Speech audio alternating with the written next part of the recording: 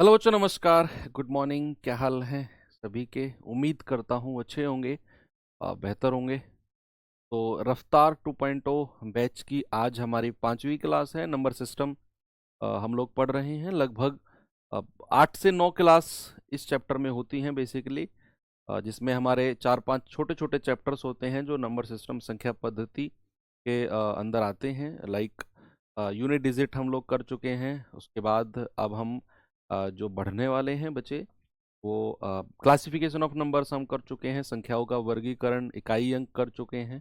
अब हम आ रहे हैं फैक्टर्स यानी कि गुणनखंड की तरफ। और छोटा सा चैप्टर है, आज इस चैप्टर को हम एंड भी कर देंगे। बेसिकली दो तरह की चीज़ें ही हमें यहाँ पढ़नी होती हैं कि गुणनखंडों की संख्या और गुणनखंडों का योग, यानी कि number of factors and sum of factors.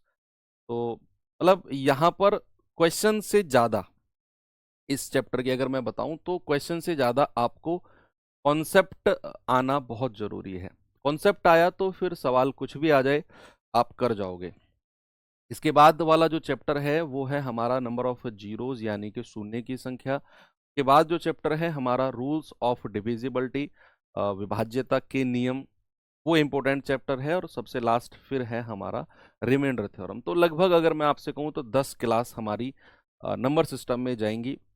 तो छोटे छोटे चैप्टर्स को मिलाकर बनने वाला ये नंबर सिस्टम थोड़ा सा बड़ा चैप्टर बन जाता है। तो 10 क्लास यहाँ पर हम करेंगे। इसके बाद हम जो है फिर सिंप्लीफिकेशन, सरलीकरण की तरफ चलेंगे, फिर सर्ट्स इंडिसेस, और फिर एलसीएम एचसीएफ, और फिर उसके बाद हम लोग अर्थमेटिक की तरफ मूव कर जाएंगे, है ना। फिर पूरे अर्थमेटिक अंक गणित में घूमकर फिर हम एडवांस मैथ की तरफ आएंगे, जिसमें हम लोग मेंसुरेशन हो गया, आपका ट्रिग्नोमेट्री, अलजेब्रा, ज्योमेट्री, इस वाले पार्ट को कंप्लीट कर रहे होंगे।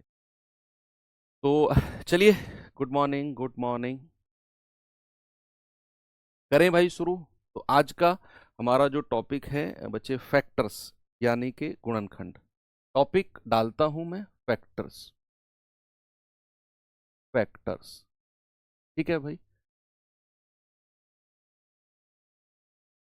गुणनखंड, ठीक है।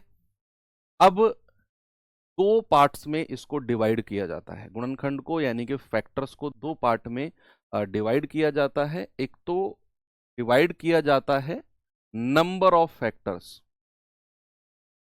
अभी मैंने आपको ये भी नहीं बताया कि फैक्टर होता क्या है, अभी पढ़ेंगे उसके बारे में। नंबर ऑफ फैक्टर्स यानी कि गुणनखंडों की संख्या, और एक आता है इसमें जो हमें पढ़ना है, sum of factors, sum of factors यानी कि गुणनखंडों का योग। ये हमें यहां पर पढ़ना है कि भाई नंबर ऑफ फैक्टर्स और सम ऑफ फैक्टर्स। अब ये तो मैंने ही बता दिया आपको पहले कि हमें पढ़ना क्या है। बात आती है कि सर फैक्टर होता क्या है, आती है ना कि भाई फैक्टर होता क्या है। तो फैक्टर होता क्या है उससे पहले थोड़ा सा मैं आपको बताना चाहूंगा। सपोज मैंने आपसे बोला, यहां पर एक मैंने वर्ड लिख दिया 6। मैंने क्या लिख दिया? मैंने लिख दिया 6। तो आपको वो संख्या बतानी है जिनके पहाड़े में 6 आता हो, जिनके टेबल में 6 आता हो। भाई वो संख्या ऑब्वियसली बात है 6 या 6 से छोटी होंगी।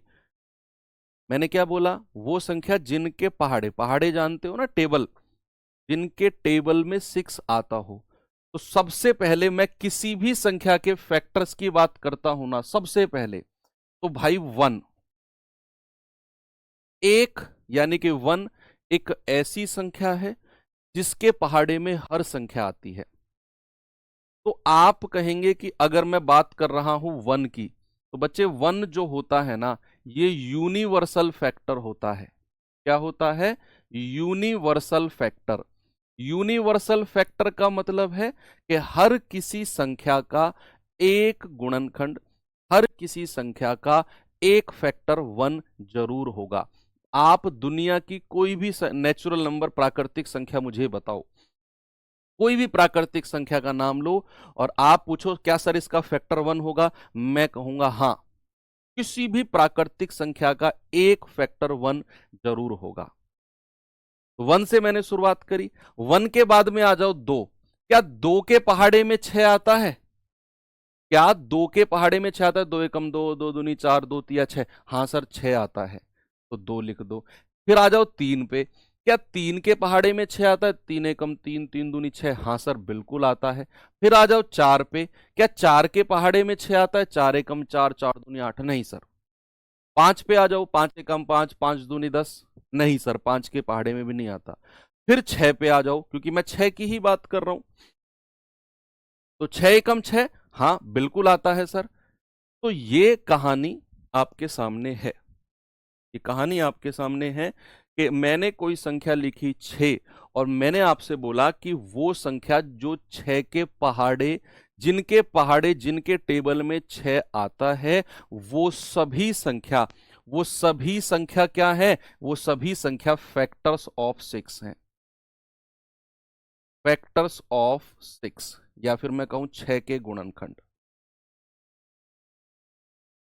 गुणनखंड, ठीक है, 6 के गुणनखंड। अब अगर मैं आपसे कहूं जरा मुझे बताना 6 के कितने गुणनखंड हैं total, how many factors of 6, आप काउंट कर लोगे, आप कहोगे सर 1 2 3 4। तो टोटल फैक्टर कितने हो गए बच्चे? टोटल फैक्टर अगर मैं आपसे कहूंगा जरा मुझे बताना कुल गुणनखंड कितने हो जाएंगे, टोटल गुणनखंड कितने हो जाएंगे, आप कहेंगे सर टोटल फैक्टर्स हो गए 1 2 3 4। आपने कह दिया वाह मजा आ गया सर, कुल टोटल फैक्टर तो 4 हो गए। टोटल फैक्टर तो कितने हो गए? 4 हो गए। अगर मैं आपसे कहूं कि कुल सम गुणनखंड कितने हो जाएंगे? 6 के सम गुणनखंड, इवन फैक्टर्स कितने होंगे? इवन फैक्टर्स, अगर मैं आपसे कहूं 6 के इवन फैक्टर्स कितने होंगे? इवन जो सम संख्या है, आप कहेंगे सर 1 और 2। इवन फैक्टर्स कितने हो गए? 2। अगर मैं कहूं विषम गुणनखंड कितने होंगे? विषम गुणनखंड कितने होंगे बच्चे? ऑड फैक्टर्स कितने होंगे? ऑड फैक्टर्स, तो ऑड फैक्टर्स गिन लो, 1 और 2, 1 और 3, ये भी 2 हो जाएंगे सर, ये भी 2 हो जाएंगे।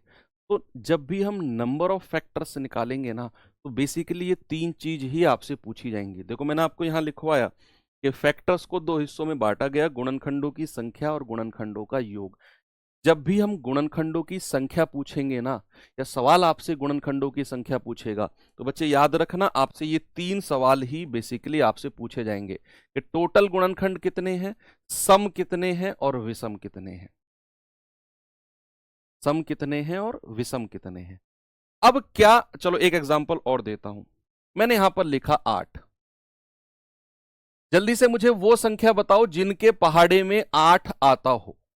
1 से स्टार्ट करो, हमेशा हमेशा 1 से स्टार्ट करो और मुझे बताओ वो संख्या जिनके पहाड़े में 8 आता हो। तो 1 तो यूनिवर्सल फैक्टर है, हर किसी संख्या का ये गुणनखंड होगा, हर किसी संख्या का एक फैक्टर 1 तो जरूर होगा। आप कहेंगे कि सर 2 के पहाड़े में भी आता है, 3 के पहाड़े में नहीं आता 8, 4 के पहाड़े में आता है, 5 के में नहीं आता, 6 के में नहीं आता, 7 के में नहीं आता, और खुद 8 के पहाड़े में 8 आता है, 8 एकम 8। इसके भी टोटल फैक्टर 4 हो गए, 1 2 4 8। सपोज अगर मैंने आपसे कहा जरा मुझे बताना 21, 21 1 के पहाड़े में 21 आता है, 2 के पहाड़े में 21 नहीं आता। 2 के टेबल में 21 कहां आता है? 3 सत्ते 21। 4 के पहाड़े में नहीं आता, 5 के में नहीं आता, 6 के में नहीं आता, 7 के में आता है, 7 तिया 21। फिर 8 9 10 11 12, फिर खुद 21 के पहाड़े में 21 आता है, फिर खुद 21 के पहाड़े में 21 आता है ना। तो 21 के टोटल फैक्टर कितने कौन कौन से हो गए? 1 3 7 21। टोटल फैक्टर कितने हो गए? 4। सपोज अगर मैं आपसे कहता हूं जरा मुझे बताना 48, 48 के कितने फैक्टर हैं? How many factors of 48? आप कहेंगे सर 1 से शुरू करो। देखो, जो बच्चे फेयर कॉपी में नोट्स बना रहे हैं ना लाइव क्लास में, प्लीज मैथ सीखना है तो बंद कर दो। बहुत सारे बच्चे परेशान हो जाते हैं, सर आप लिखने का मौका नहीं देते हो, हम फेयर नोट्स बना रहे हैं आप लिखने नहीं देते हो। प्लीज मैथ सीखना है। आपसे ज्यादा अनुभव है ना मुझे, तो मान लो मेरी बात को, आज से ही फेयर कॉपी में नोट्स बनाना बंद कर दो प्लीज। फिर रफ कॉपी लो, पेन लो, मैथ सिखाने की गारंटी मेरी है अगर ऐसा करोगे तो। सर नोट्स कैसे बनाएंगे, फिर टाइम नहीं मिलता, वो ये सब सवाल साइड में रख दो, जितना मैं कह रहा हूं उतना कर लो। 48 किस किस के पहाड़े में आता है? 1 से कटेगा, 2 के पहाड़े में भी आता है, 3 से भी कटेगा, 16 3 48, 4 से भी कटेगा, 12 चौक 48, 5 से नहीं कटेगा, 6 से कटेगा, 6 8 48, 7 से नहीं कटेगा, 8 से कटेगा, 8 6 48, 9 के पहाड़े में भी नहीं आता, 10 के में भी नहीं आता, 11 के में भी नहीं आता, 12 के में आता है, फिर 16 चौक 16 3 48, फिर आता है 24 दूनी 48, और फिर खुद 48। 48 के कितने फैक्टर हो गए? 48 के फैक्टर हो गए सर 1 2 3 4 5 6 7 8 9 10। टोटल फैक्टर कितने हो गए? टोटल फैक्टर कितने हो गए बच्चे? 10। अगर मैं आपसे कहूंगा सम गुणनखंड यानी कि इवन फैक्टर कितने हैं? अगर मैं आपसे कहूंगा विषम गुणनखंड यानी कि ऑड फैक्टर्स कितने हैं?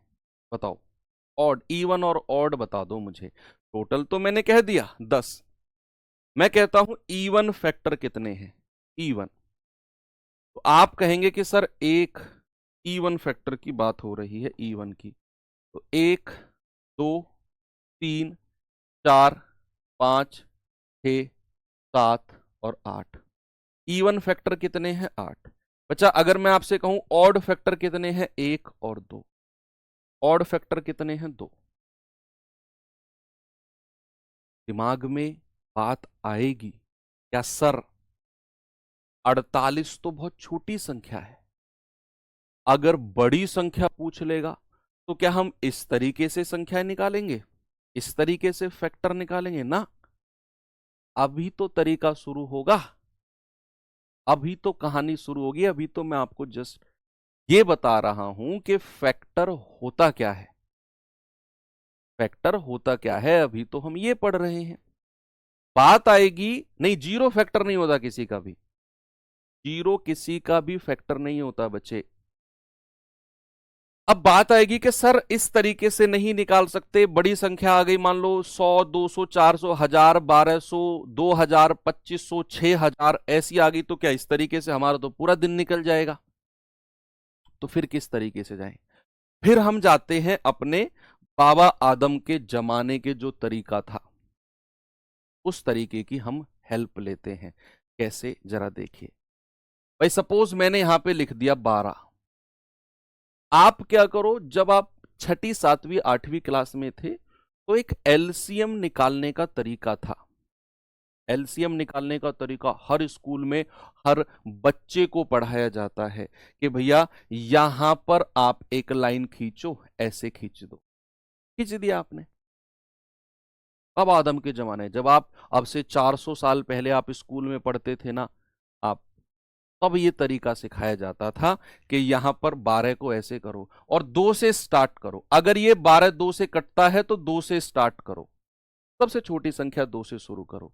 और यहां केवल हमें क्या लेना है? 2 छिक्के 12। यहां केवल हमें इसका कोशेंट लेना है, भागफल। 2 छिक्के 12, फिर ये 2 से कटेगा, 2 तिया 6। अब तो ये 2 से नहीं कटेगा, 3 से कटेगा, तो 3 एकम 3, लास्ट में 1।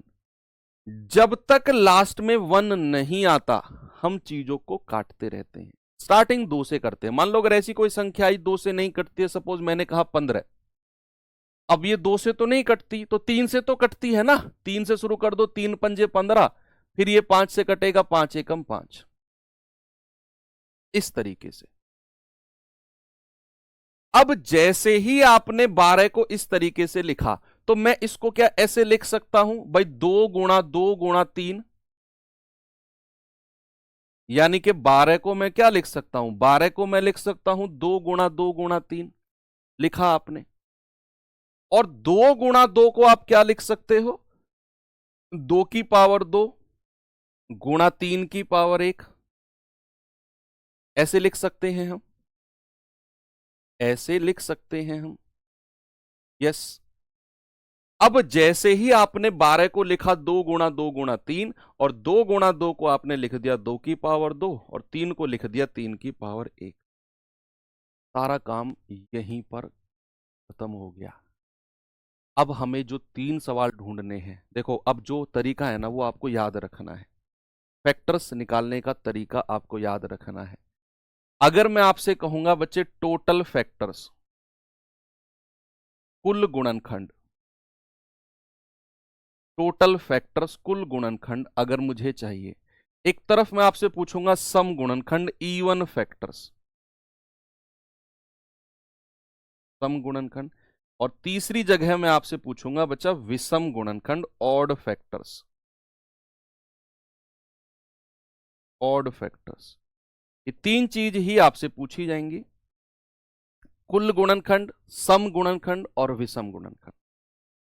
जैसे ही आपने संख्या को इस फॉर्मेट में लिखा 2 की पावर 2 और 3 की पावर 1, बात आई कुल गुणनखंड निकालने की, तो आपने क्या करना है, जो पावर है ना, जो पावर है इसको आप +1 कर दो, 2 + 1 गुणा, और जो 3 की पावर है इसमें भी +1 कर दो।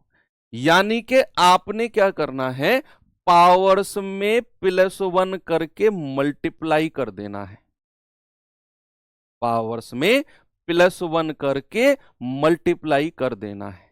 यहां पर 2 की पावर 2 थी, 2 + 1, 3 की पावर 1 थी, 1 + 1, तो कितना मिला बच्चे, 2 और 1 3, और 1 और 1 2, तो टोटल फैक्टर्स कितने आ गए, 6। टोटल फैक्टर्स कितने आ गए, 6। ये तरीका याद रखना है आपने, मैं इसे लिखवाऊंगा भी तरीके को। सम गुणनखंड, जब भी सम गुणनखंड की बात आएगी तो जो 2 की पावर होगी, सुनो बच्चे, जो 2 की पावर होगी उसमें +1 नहीं करना।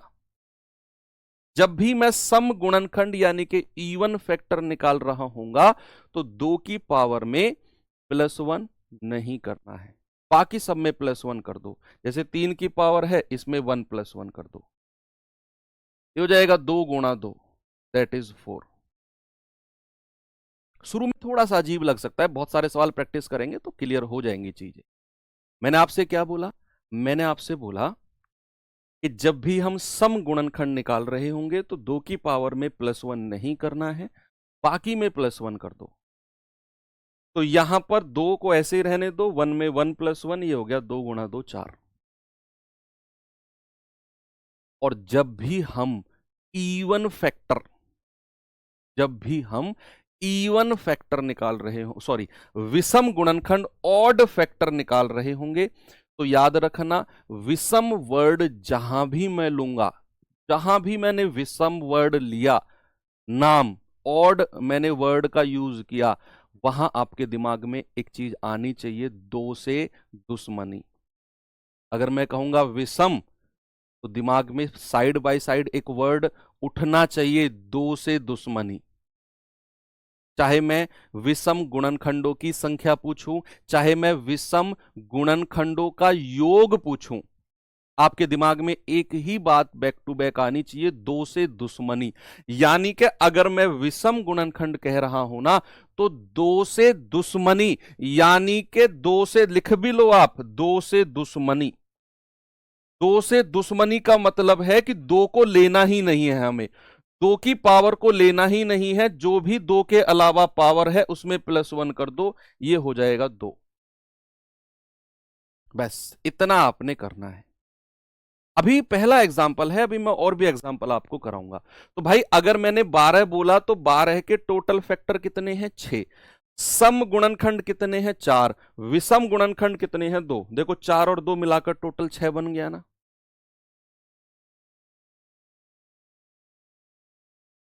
आगे बढ़े, चलिए देखो, अब 2 से दुश्मनी पता है क्यों कहते हैं, क्योंकि 2 एक ऐसी संख्या है जिसको आप किसी भी दो को आप किसी भी प्राकृतिक संख्या में अगर गुणा करते हो, दो को आप किसी भी नेचुरल नंबर में गुणा करते हो तो वो एक इवन नंबर बन जाती है।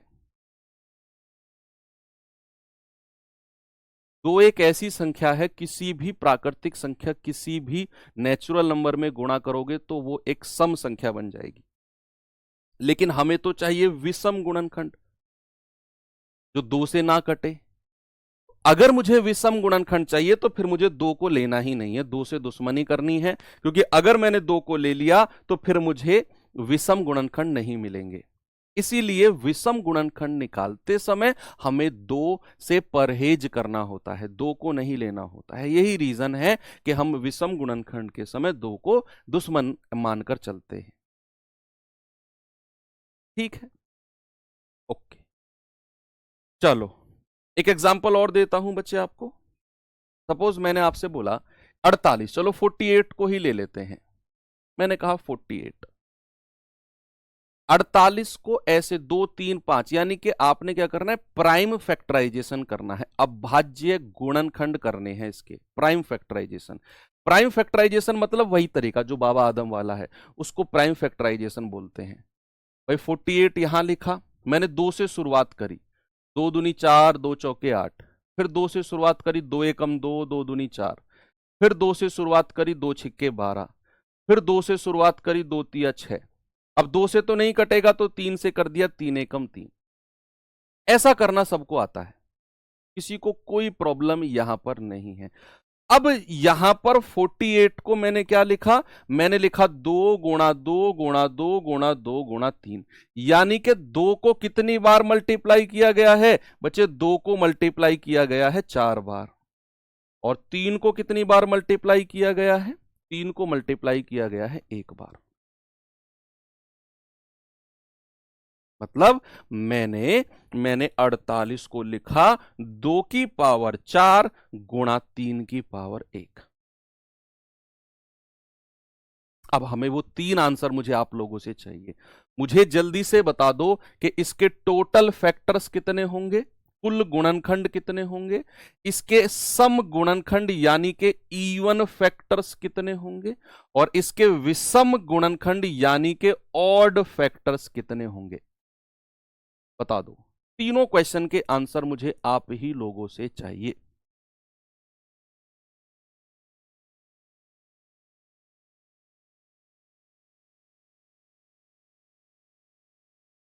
बच्चों के आंसर आने भी लग गए हैं, वेरी गुड। भाई देखो क्या करना है, टोटल फैक्टर के लिए सारी पावर में +1 करके मल्टीप्लाई कर दो। कितना आ जाएगा, 5 गुणा 2 विल बी 10। टोटल फैक्टर कितना, 10। सम गुणनखंड यानी कि इवन फैक्टर के लिए 2 की पावर में +1 नहीं करना है, 2 की पावर में +1 नहीं करना है, केवल ऐसे ही उठा लो उसे, बाकी में +1 कर दो। क्या आ गया, 4 इंटू 2 दैट इज 8। और विषम गुणनखंड का मतलब क्या है, 2 से दुश्मनी, 2 से दुश्मनी। तो आप कहेंगे सर विषम गुणनखंड का मतलब है 2 से दुश्मनी, 2 की पावर को लेना ही नहीं है, बाकी जो भी पावर है उसमें +1 कर देना है। क्या करना है, +1 कर देना है। एक एग्जाम्पल और दूंगा मैं आपको, और वहां पर हम देखते हैं क्या आपका जवाब होगा। सपोज मैंने कहा 45, मैंने कहा 45 को पहले प्राइम फैक्टराइजेशन करो इसका, बताइए 45 के प्राइम फैक्टराइजेशन करो।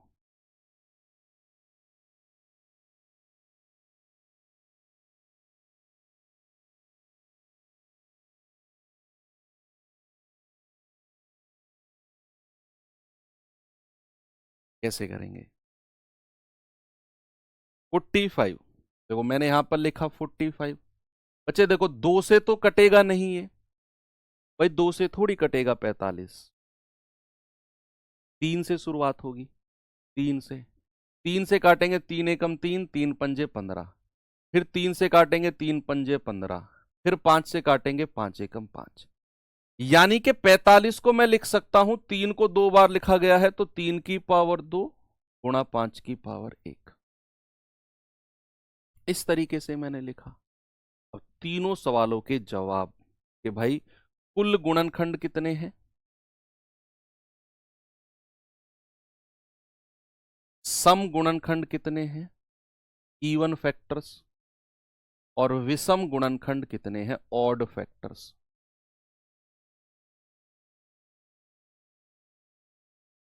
बताइए क्या आपका जवाब हो। आप कहेंगे कि सर जब भी हम टोटल फैक्टर्स निकालने जाएंगे ना, कुल गुणनखंड निकालने जाएंगे, तो सारी की सारी पावर्स में +1 कर देंगे, 2+1 और 1+1, ये आ जाएगा 3 × 2 विल बी 6।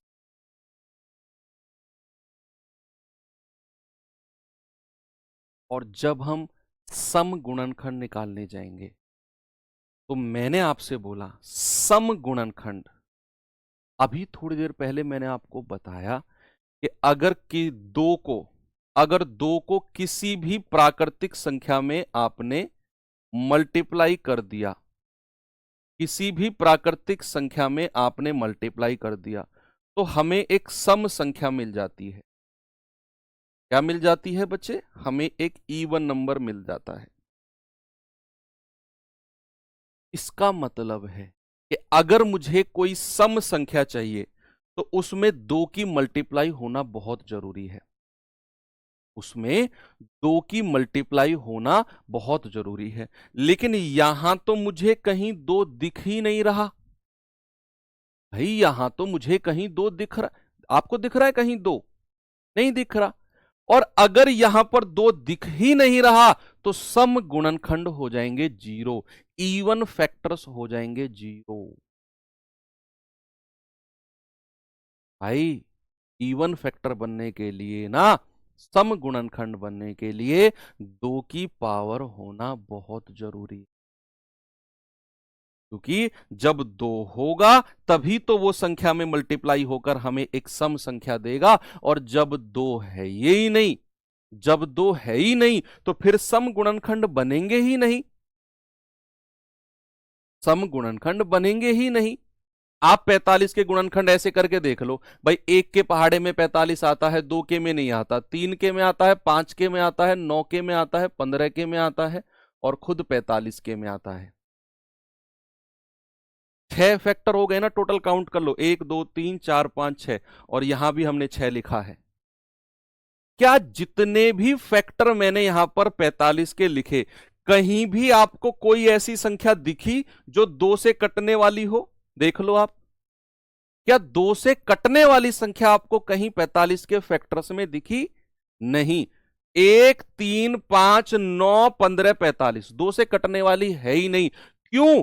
क्योंकि यहां 2 था ही नहीं। तो इवन फैक्टर क्या हो जाएंगे? 0।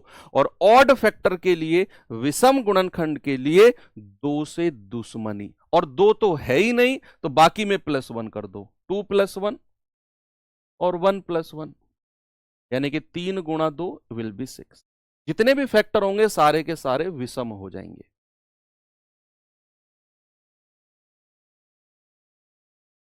जितने भी फैक्टर होंगे सारे के सारे कितने हो जाएंगे? विषम हो जाएंगे। बस याद रखना, अगर आपको सम गुणनखंड, अगर आपको इवन फैक्टर चाहिए तो आपने क्या करना है, आपने 2 की पावर होनी चाहिए। 2 की पावर अगर नहीं है तो सम गुणनखंड 0 हो जाएंगे। बस ये इंपॉर्टेंट चीज आपने याद रखनी है। एक एग्जांपल अगर मैं आपको और दूं, तो मैंने कहा 16, बताओ जरा 16 का आंसर बताओ। फिर मैं आपको ये थ्योरेटिकल जो बुक में लिखा रहता है ना, वो एक स्टेटमेंट लिखवा दूंगा।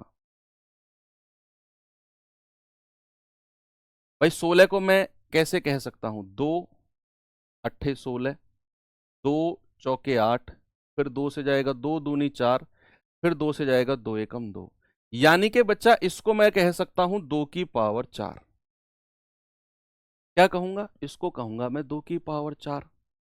अब यहां पर वही तीनों क्वेश्चन के आंसर बताओ मुझे।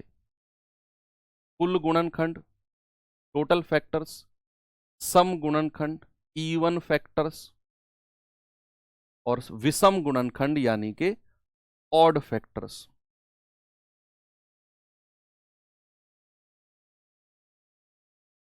बताओ बच्चे, क्या इसका आंसर होगा?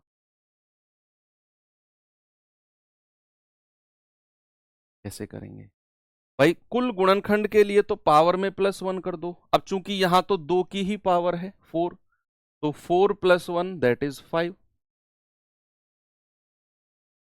सम गुणनखंड के लिए हम 2 की पावर में +1 नहीं करते हैं।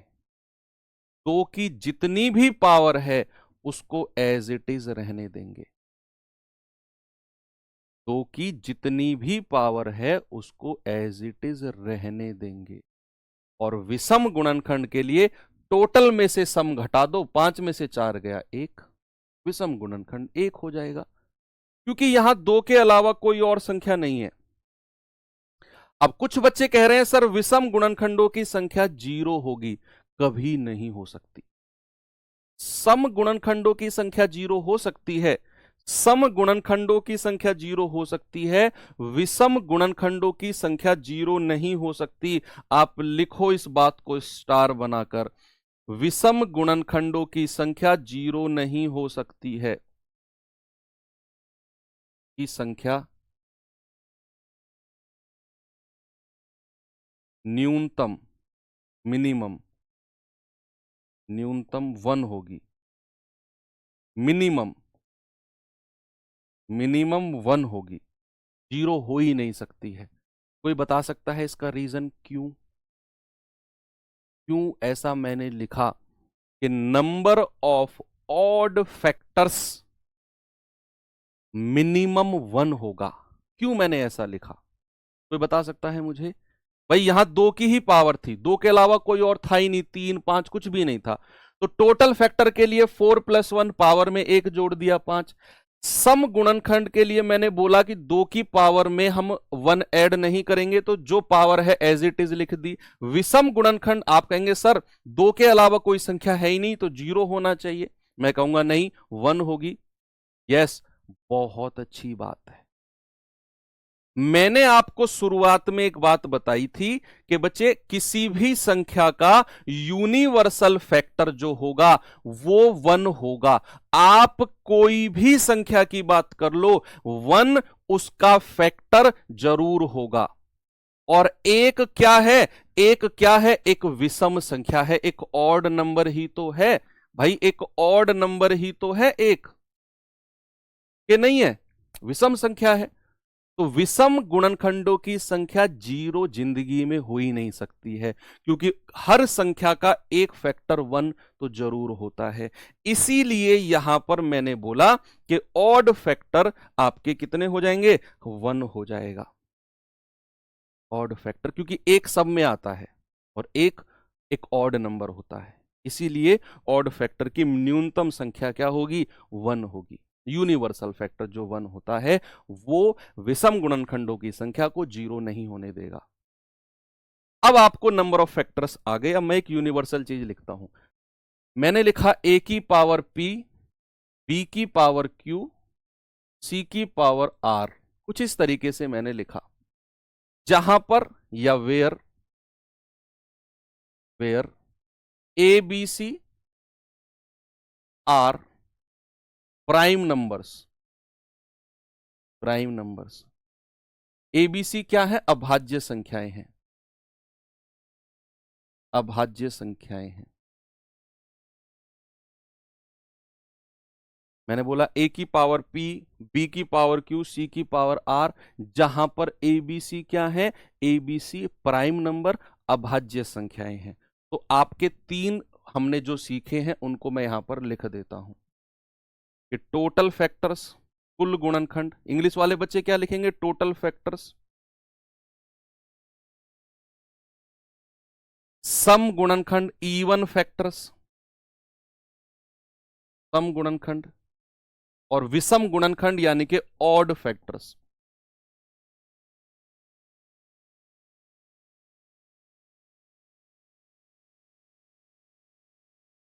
विषम गुणनखंड। ठीक है भैया, ऑड फैक्टर्स, इनकी संख्या कैसे निकाली जाती है बच्चे? आपने क्या करना है, ए की पावर पी, बी की पावर क्यू, सी की पावर आर, जहां पर ए बी सी क्या है, ए बी सी अभाज्य संख्याएं हैं, प्राइम नंबर है, प्राइम नंबर। तो क्या करना है, टोटल फैक्टर के लिए p plus one, Q plus one और r प्लस वन, ये मल्टीप्लाई कर देना है, ये मल्टीप्लाई कर देना है। और मैंने यहां पर आपसे एक बात और कह रहा हूं कि a जो है एक आपकी सम संख्या है, या a जो है वो दो है, सम संख्या नहीं, a जो है वो दो है, a बराबर दो,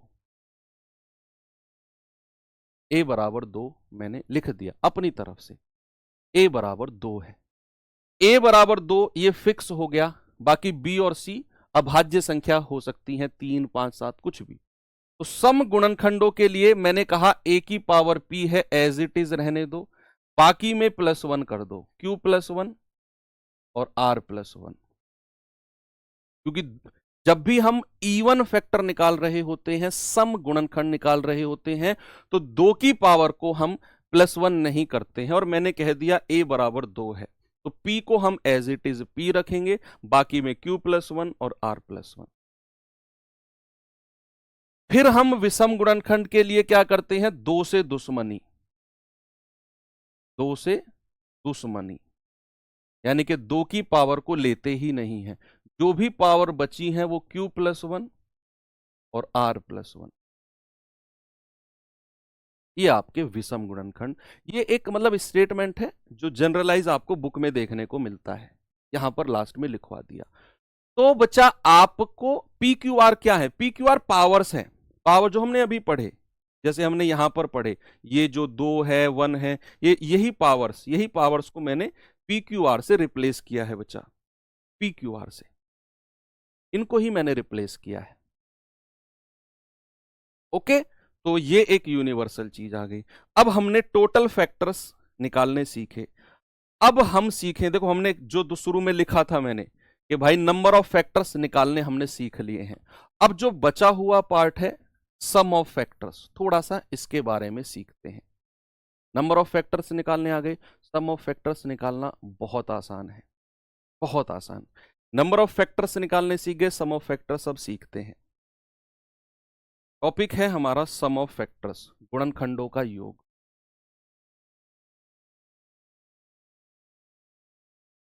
सम of factors, sum of factors, दो ही तरह की चीजें बेसिकली आपसे पूछी जाती हैं, एक तो गुणनखंडों की संख्या और एक गुणनखंडों का योग। गुणनखंडों की संख्या निकालनी हमने सीख ली, और अब हम सीखते हैं गुणनखंडों का योग, सम ऑफ फैक्टर्स। वही चीज जो हमने अभी की, सपोज मैं यहां पर लिखता हूं 12, 12 को पहले प्राइम फैक्टराइजेशन करो, अभाज्य गुणनखंडों में तोड़ो, 2 की पावर 3 की पावर, जैसे हमने तोड़ा था अभी। जैसे यहां पर मैंने कहा भाई 2 से शुरुआत करते हैं, 2 छिक्के 12, फिर 2 से करेंगे 2 तिया 6, अब 2 से नहीं कटेगा तो 3 एकम 3, इसको मैंने लिखा 2 की पावर 2 गुणा 3 की पावर 1। अभी जो मैंने यूनिवर्स से ये वाला लिखवाया है ना स्टेटमेंट, यहां ए बी सी क्या है, ए बी सी लाइक 2 और 3, ये ए बी सी है, ए और बी, और जो 2 और 1 ये पावर है, ये पी क्यू आर है, जो पावर्स हैं पी क्यू आर, इस तरह की।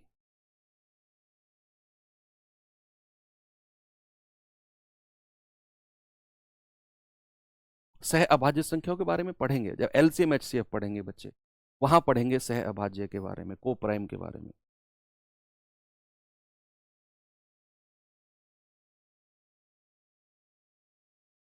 अब 2 की पावर 2 और 3 की पावर 1 में मैंने तोड़ा, यहां तक तो हम जब नंबर ऑफ फैक्टर्स पढ़ रहे थे तब भी तोड़ रहे थे, गुणनखंडों की संख्या पढ़ रहे थे तब भी यहां तक तोड़।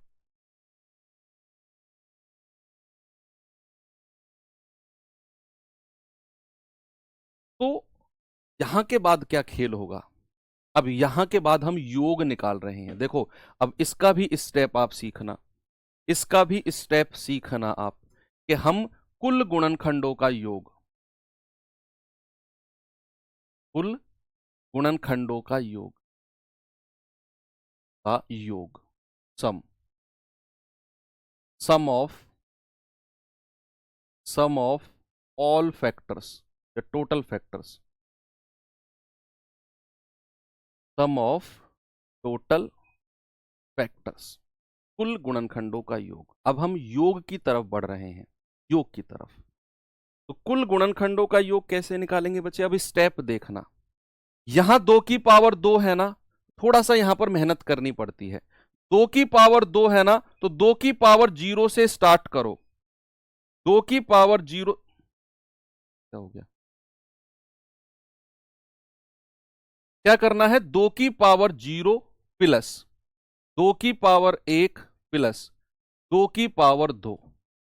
ये 2 की पावर 2 था ना, तो 2 की पावर 0 से शुरू किया। 2 की पावर 0 प्लस 2 की पावर 1 प्लस 2 की पावर 2, जितनी पावर है वहां पर आकर रुक जाओ, गुणा।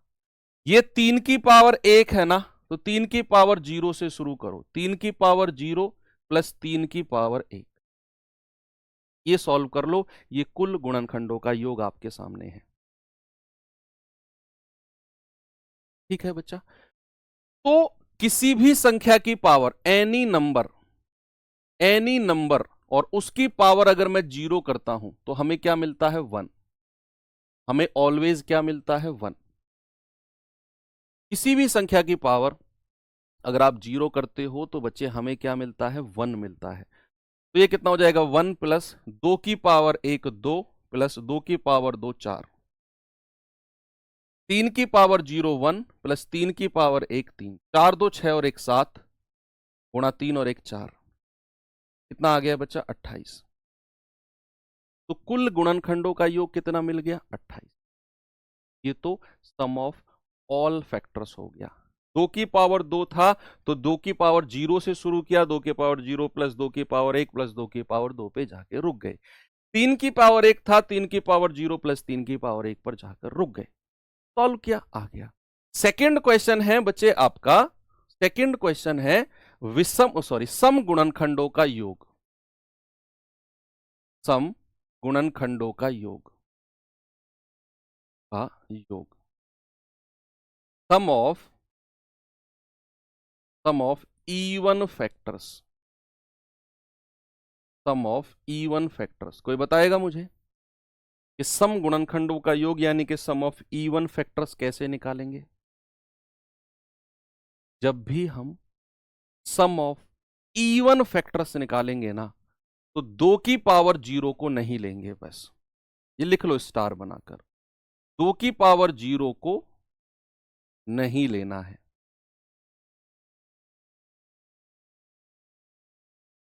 ये स्टार बनाकर लिख लो कि जब भी हम सम ऑफ इवन फैक्टर्स यानी कि सम गुणनखंडों का योग निकाल रहे होंगे, तो 2 की पावर 0 को नहीं लेना है, बाकी सबको ले लो। जैसे ही मैंने 2 की पावर 0 को नहीं लिया, केवल और केवल 2 की पावर 2 है, तो 2 की पावर 1 से स्टार्ट करना है, प्लस 2 की पावर 2, और यहां 0 पावर लेंगे। 3 की पावर 0 प्लस 3 की पावर 1, ये हो गया 2 प्लस 4, और ये हो गया 1 प्लस 3, 4 2 6, 3 और 1 4, ये आ गया 24, 24। क्या करना है? जब भी हम सम ऑफ इवन फैक्टर्स यानी कि सम गुणनखंडों का योग निकाल रहे होंगे बच्चे, तो हमेशा याद रखना 2 की पावर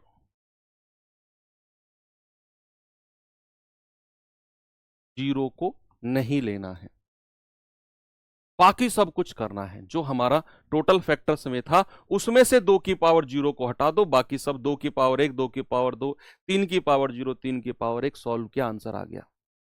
ये प्रोसेस है जो आपको प्रैक्टिस करना है। अब बात आती है थर्ड क्वेश्चन की तरफ। थर्ड क्वेश्चन की तरफ बात आती है कि बच्चा थर्ड क्वेश्चन है हमारा sum of odd factors, sum of odd factors यानी कि विषम गुणनखंडों का योग, विषम गुणनखंडों का योग, सम ऑफ ऑड फैक्टर्स। विषम गुणनखंडों का योग। और जब भी बात विषम की सुनाई दे, मैंने आपको बोला जहां भी आपको विषम सुनाई दे आप कहोगे दो से दुश्मनी। क्या कहोगे बच्चे? दो से दुश्मनी। या फिर आप 28 में से 24 घटा दो, भाई 28 सभी गुणनखंडों का योग है, 24 सम गुणनखंडों का योग है, तो विषम का योग कितना आ गया? 28 माइनस 24 4 आ जाएगा। ऐसे भी आप कर सकते हो।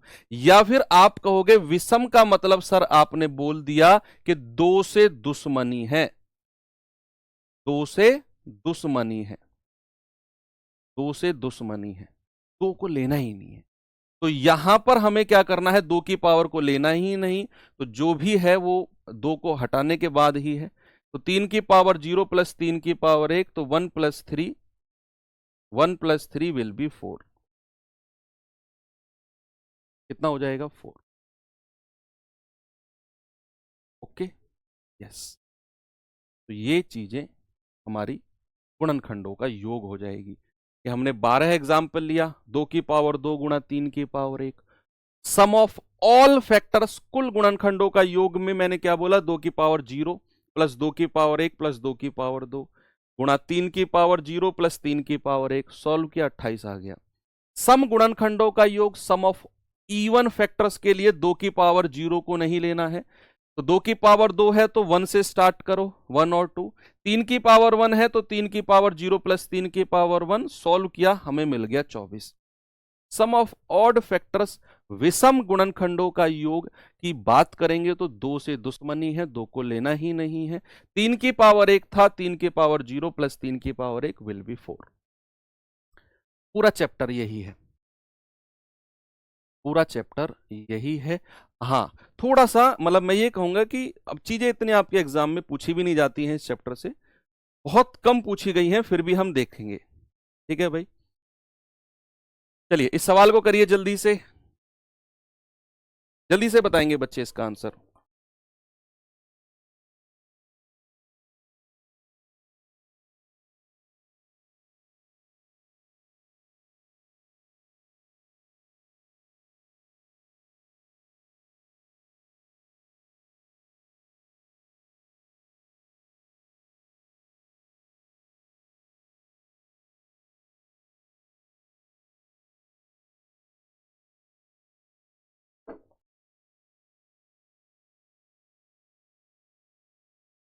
देखो 288 में कितने धनात्मक गुणनखंड है? Positive factor. अब ये सवाल आपसे कुल गुणनखंडों की संख्या पूछ रहा है। मैं आपसे पूछूंगा कि जितने भी 6 सवाल मैंने आपको बताए, 6 कौन कौन से? कुल गुणनखंडों की संख्या, सम गुणनखंडों की संख्या, विषम गुणनखंडों की संख्या, कुल गुणनखंडों का योग, सम गुणनखंडों का योग, विषम गुणनखंडों का योग। ये 6 सवाल, इसी के आंसर दो मुझे, इसी इसी संख्या पर 6 क्वेश्चन के आंसर दो। मैं कह रहा हूं आपको ज्यादा सवाल करने की जरूरत ही नहीं है। मैंने शुरू में कहा ना कि जो फैक्टर्स चैप्टर है इसमें सवाल से ज्यादा इंपॉर्टेंट है कॉन्सेप्ट। वो 6 क्वेश्चन आपसे आपको आ गए तो फिर कुछ बचा ही नहीं है। सबसे पहले 288 को सॉल्व करते हैं। भाई 2 से स्टार्ट करें, 2 एकम 2, 2 चौके 8, 2 चौके 8, फिर 2 सत्ते 14, 2 दूनी 4, फिर 2 से जाएंगे 36 बार, फिर 2 से जाएंगे 18 बार, फिर 2 से जाएंगे 2 नाम 18, फिर 3 से जाएंगे 3 तिया 9, फिर 3 से जाएंगे 3 एकम 3। यानी कि बच्चे इसको लिखा गया है कितनी बार? 2 कितनी बार है? 5 बार। तो 2 की पावर 5 गुणा 3 को कितनी बार लिखा गया है? 3 की पावर 2।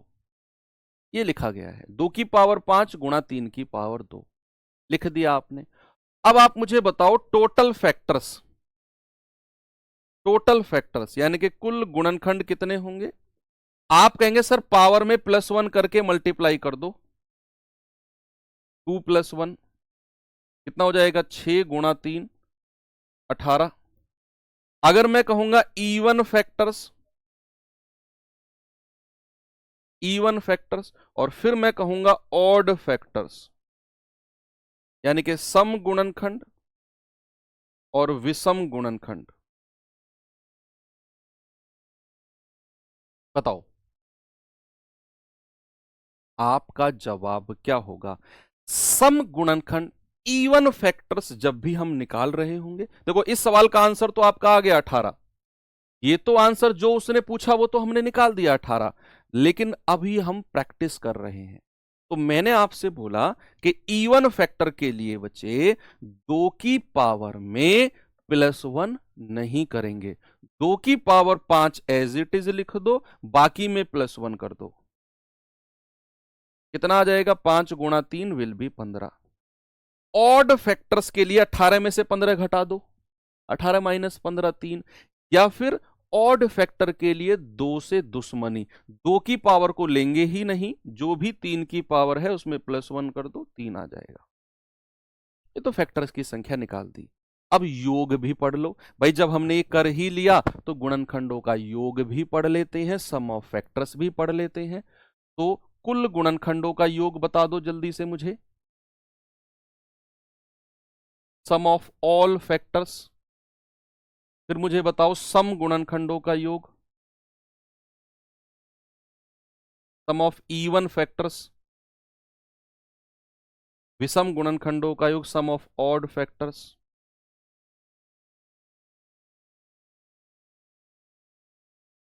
बताओ जल्दी से इन तीनों क्वेश्चन के जवाब क्या होगा भाई? Very good. तो कुल गुणनखंडों का योग, यहां पर मेरे पास 2 की पावर 5 गुणा 3 की पावर 2 है, तो 2 की पावर 0 से शुरू करेंगे। 2 की पावर 1 प्लस 2 की पावर 2 प्लस 2 की पावर 3 प्लस 2 की पावर 4 प्लस 2 की पावर 5 गुणा, ये क्या है? 3 की पावर 2 है ना, तो 3 की पावर 0 प्लस 3 की पावर 1 प्लस 3 की power 2, 1 plus 2 plus 4 plus 8 plus 16 plus 32 गुणा 1 प्लस 3 प्लस 9, 32 और 16 48, 60 56 4 60 2 62 और 1 63, 9 और 3 12 और 1 13, तो 13 तिया 39, 13 छिंग 78 और 3 81। तो कुल गुणनखंडों का योग कितना आ गया बच्चा? 819। कितना आ गया? 819। जब भी हम सम गुणनखंडों की बात करेंगे तो 2 की पावर 0 नहीं लेंगे, 2 की पावर 0 नहीं लेंगे। ये 2 की पावर 5 है, तो स्टार्ट कहां से करेंगे? 2 की पावर 1 से।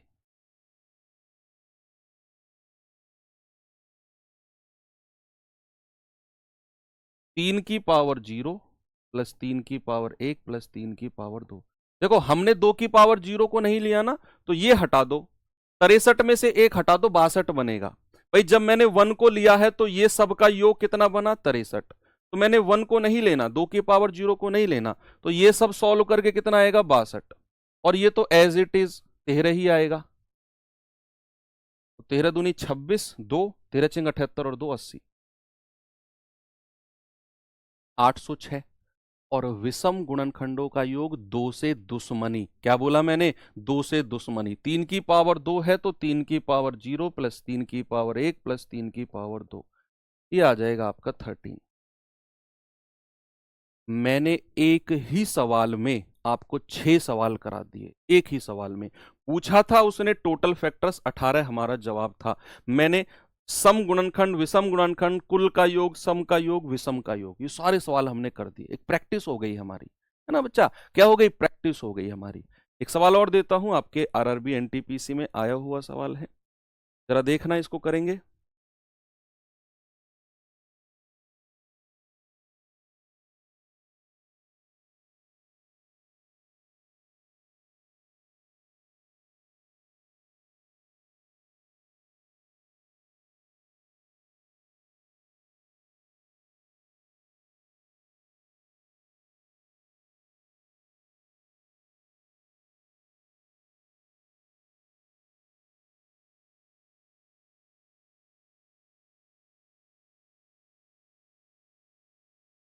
बताओ भाई।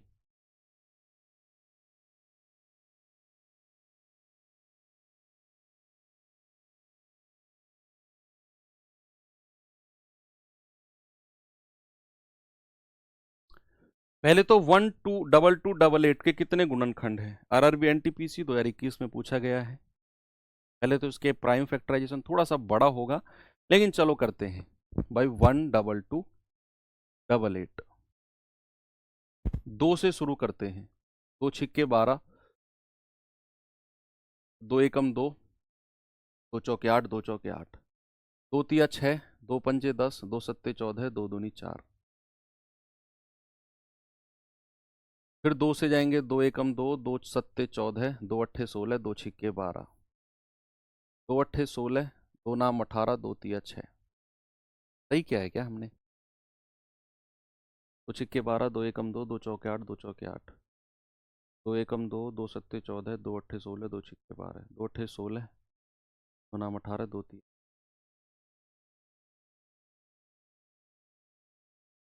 अब किससे जाएगा ये? 893। किससे जाएगा बच्चे 893 ये बताइए?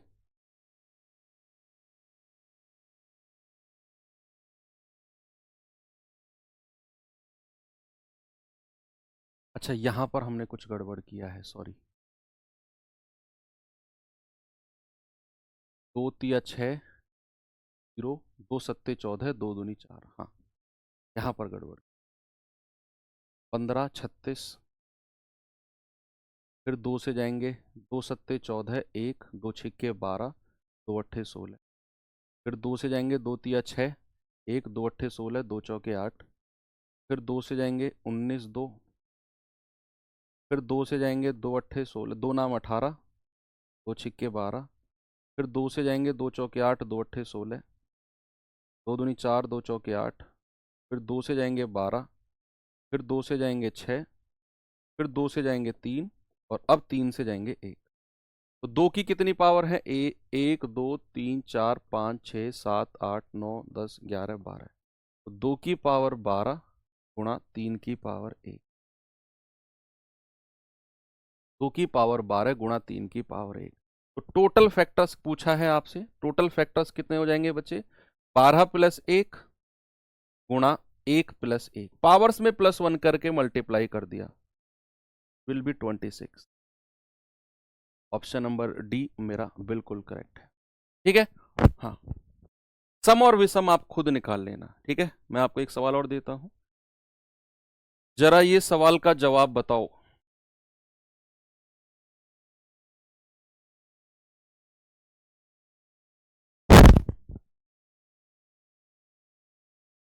बताइए बच्चे जल्दी से।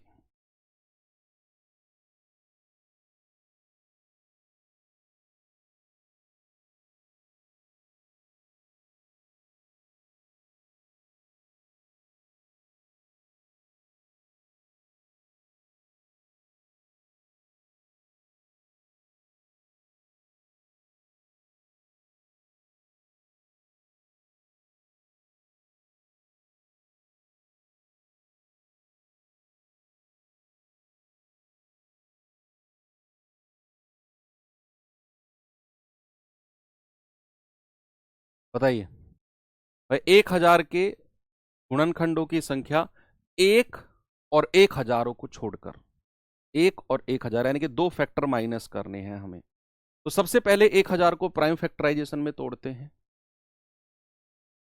2 से जाएगा 2 पंजे 10, 500 बार। फिर 2 से जाएगा 250 बार। फिर 2 से जाएगा 125 बार। अब ये 2 से नहीं कटेगा, 3 से भी नहीं कटेगा, 5 से कटेगा पूरा 25 बार। फिर 5 से कटेगा 5 पूरे 25। फिर 5 से कटेगा 5 एकम 5। यानी कि इसको लिखा गया है 2 की पावर 3 और 5 की पावर 3। हालांकि ये 1000 है ना, इसको आप डायरेक्ट लिख सकते हो 2 की पावर 3, 5 की पावर 3। कब? जब मैं आपको नंबर ऑफ जीरो, शून्य की संख्या पढ़ा दूंगा ना, फिर आप 1000 को डायरेक्ट 2 की पावर 3 और 5 की पावर 3 लिख दोगे। अभी तो आप फिलहाल ऐसे ही करो। अब आपसे पूछा है टोटल संख्या, टोटल फैक्टर्स कितने हो जाएंगे बच्चे? टोटल फैक्टर्स आप कहेंगे सर 3 + 1 और 3 + 1, 4 × 4 विल बी 16। लेकिन आपका आंसर 16 नहीं होगा। नहीं बच्चा, उसने कहा है कि कुल गुणनखंडों की संख्या बताओ। 1 और 1000 2 फैक्टर्स माइनस करने हैं। दो फैक्टर्स हमको माइनस करने हैं, एक तो 1 और एक जो सबसे लास्ट का 1000 है। तो 16 में से 2 माइनस आप करोगे तो भाई आपका आंसर आएगा 14 और वही आपका सही जवाब होगा। 16 तो टोटल फैक्टर है, उसने कहा दो फैक्टर्स, दो गुणनखंड हटा दो 1 और जो वही संख्या है 1000। 16 में से 2 हटा दिया, आप कहेंगे सर 14 आपके टोटल फैक्टर्स हो गए। ये सवाल बताओ जरा।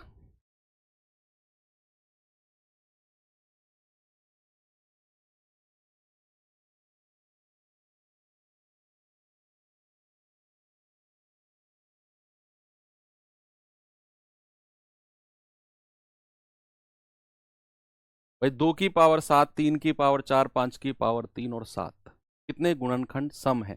अब यहां तो आपको फैक्टराइज करके चीजों को दे दिया है कि 2 की पावर 7 गुणा 3 की पावर 4 गुणा 5 की पावर 3 गुणा 7 की पावर 1। बच्चे इस तरीके से फैक्टराइजेशन जब भी आपको दिया हो, सुनो एक बात ध्यान देने वाली है जो आपको प्रॉपर तरीके से गौर करना है कि जो ये है ना, जो बेस है 2, 3, 5, 7, ये अभाज्य संख्या होनी चाहिए, प्राइम नंबर्स होने चाहिए। अभाज्य ये नहीं है तो हम बदलेंगे फिर। अब चूंकि 2, 3, 5, 7 अभाज्य हैं तो फिर हम आगे बढ़ सकते हैं। उसने सम इवन फैक्टर्स पूछे हैं, सम गुणनखंडों की संख्या पूछी है, सम गुणनखंडों की संख्या, सम गुणनखंडों की संख्या आपसे पूछी। तो मैंने कहा 2 की पावर में +1 नहीं करना है, ऐसे ही रहने दो, बाकी में +1 कर दो। 7 इंटू 5 इंटू 4 इंटू 2, तो 4 दूनी 8 पंजे 40, 4 सत्ते 28, 280।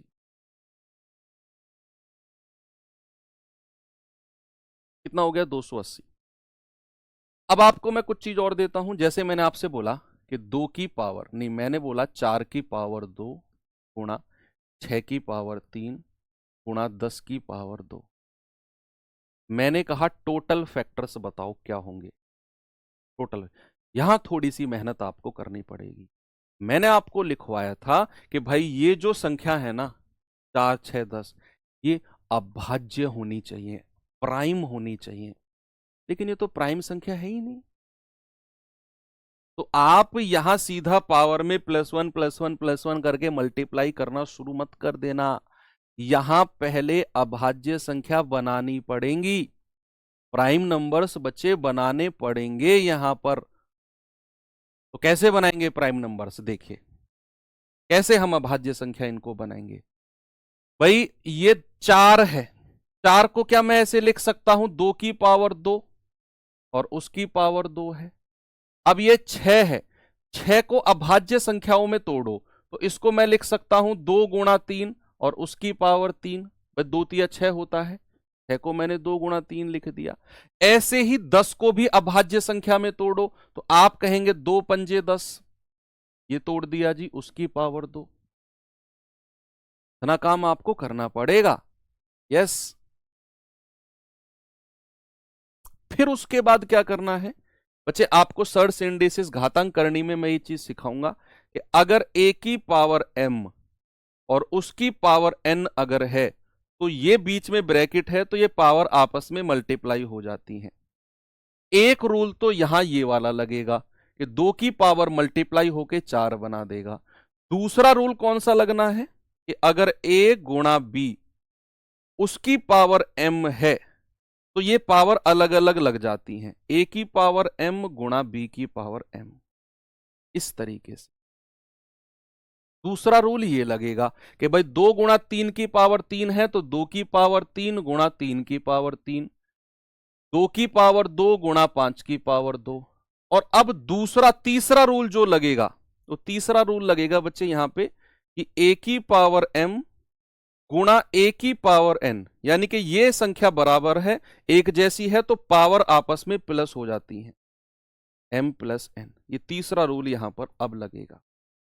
तीन रूल यहां पर काम करेंगे कि भैया पहला रूल क्या था, 4 को आपने लिखा 2 की पावर 2, 6 को लिखा 2 गुणा 3 और 10 को लिखा 2 गुणा 5। फिर आपने पहला रूल प्यारे भाई कौन सा लगाया, आपने लगाया कि अगर इस तरीके का फॉर्मेट कहीं दिया हुआ है, ये दिया हुआ, तो पावर आपस में मल्टीप्लाई हो जाती है। दूसरा आपने दिखा कि अगर इस तरह का फॉर्मेट कहीं आपको दिया हुआ है, जो कि ये दिया हुआ, तो पावर अलग अलग लग जाती है, हमने लगा दी। तीसरा फॉर्मेट मैंने आपको बताया कि अगर ये संख्या एक जैसी है तो पावर आपस में प्लस हो जाती है। तो 2 की पावर 4, 2 की पावर 3, 2 की पावर 2, तो 2 की पावर 4 प्लस 3 प्लस 2, 3 की पावर 3 और 5 की पावर 2, तो कितना मिल गया, 2 की पावर 4, 3 7 2 9, 3 की पावर 3 और 5 की पावर 2। बच्चे ऐसा सवाल जब भी आएगा ना जिसमें यह अभाज्य संख्या नहीं है, में आपको गौर देना है, आपको अभाज्य संख्या बनानी है। दूसरी क्लास कौन सी स्टार्ट हो गई भाई, 12 बजे से पहले से तो कोई क्लास भी नहीं है, तो केमिस्ट्री की क्लास कैसे शुरू हो गई 11 बजे? चेक करना जरा, ग्रुप डी में 12 बजे से पहले कोई क्लास ही नहीं है।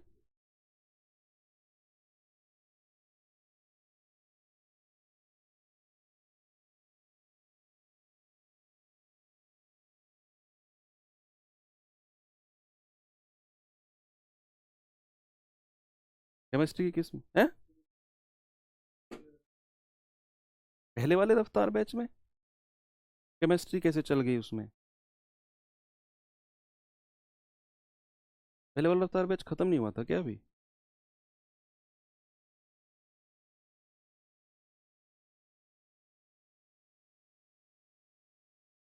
पांच मिनट और दे दो यार मुझे, ये टॉपिक ही खत्म हो गया, 5 मिनट दे दो बस, 5 minute.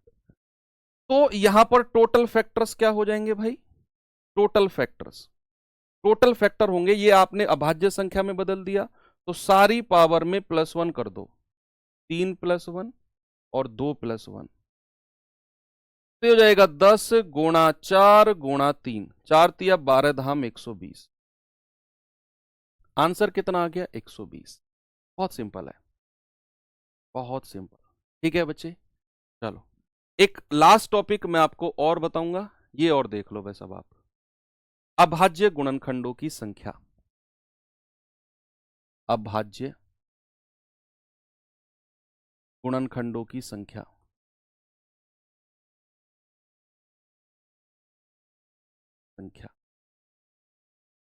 Number of prime factors, number of prime factors. चलो इसे 10 मिनट कल कर लेंगे, कोई बात नहीं, ये टॉपिक डाल दो आप, कल 10 मिनट में खत्म करके हम लोग नंबर ऑफ जीरो कर लेंगे। ठीक है, आप केमिस्ट्री